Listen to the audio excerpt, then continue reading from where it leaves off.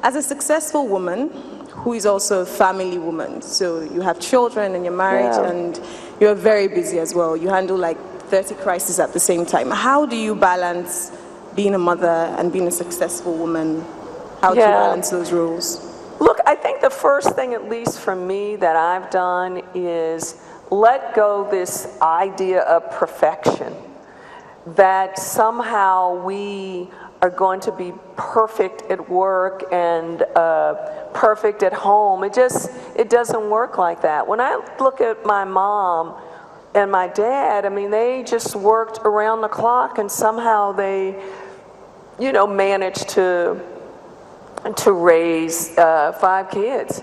And, I mean, look, you always go through that, oh God, how are you going to juggle it all? I remember I was in, where was I? I was in Saudi Arabia, and I took a journalist there. And I remember I have two sons, and they're both active in sports, basketball and football. And I remember I'm sitting here in the palace in Saudi Arabia.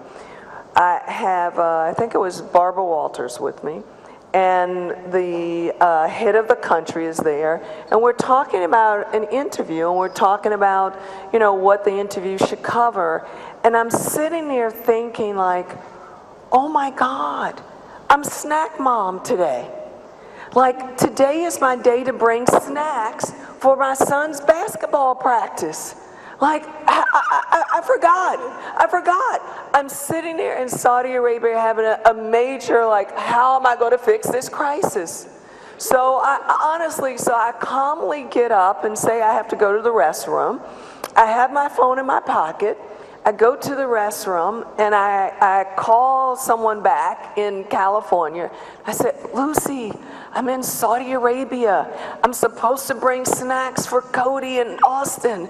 I said, can you run to the grocery store? And I said, can you get those like sugar donuts? I said, they're really not sugar, but I put them in a sugar bag, but I get the sugarless donuts.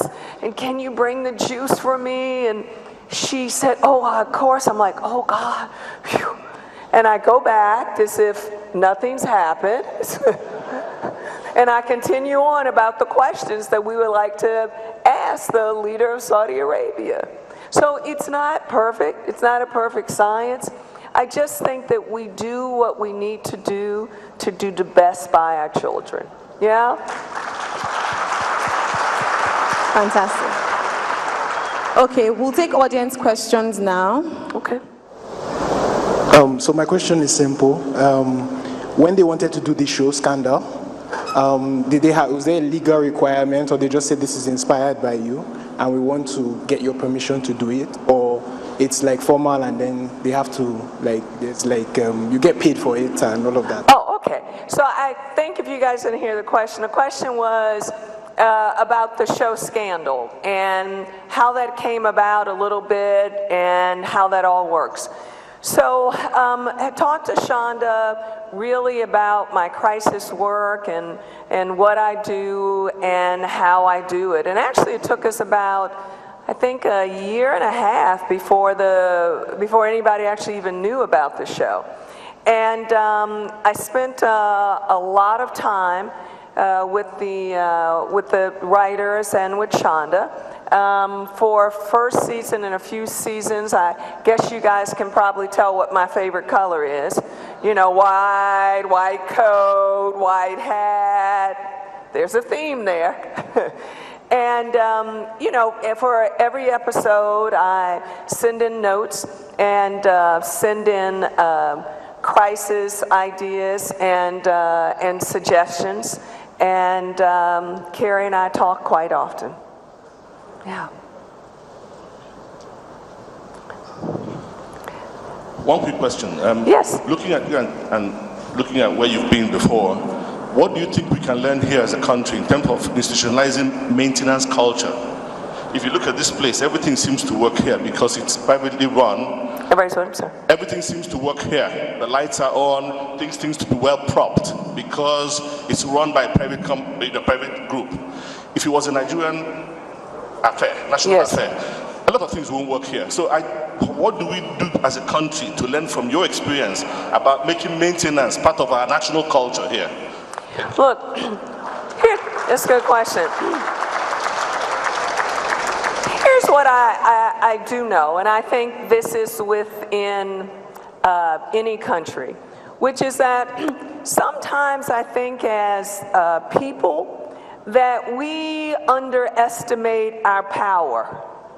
Like we don't understand the level of power that we have as individuals and the level of power that we have collectively. So I think what is important is that people understand, to your point, the issues that are important to you, and making sure that they constantly stay in front of people that can help get things done. For example, I think it's with anywhere. When there are groups and people constantly saying that this is important, that this needs to be done, and you are right there in someone's face, that's hard to turn your head.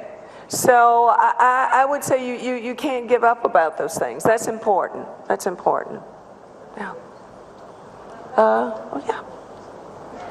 How are we doing? Over here? Okay. Judy? We'll take questions with her after. I promise you we need to end now because we need to end this session. Okay. But she's still around, so after you take questions with her. So, sir, we'll take the questions after. Thank you very much. Okay, thanks.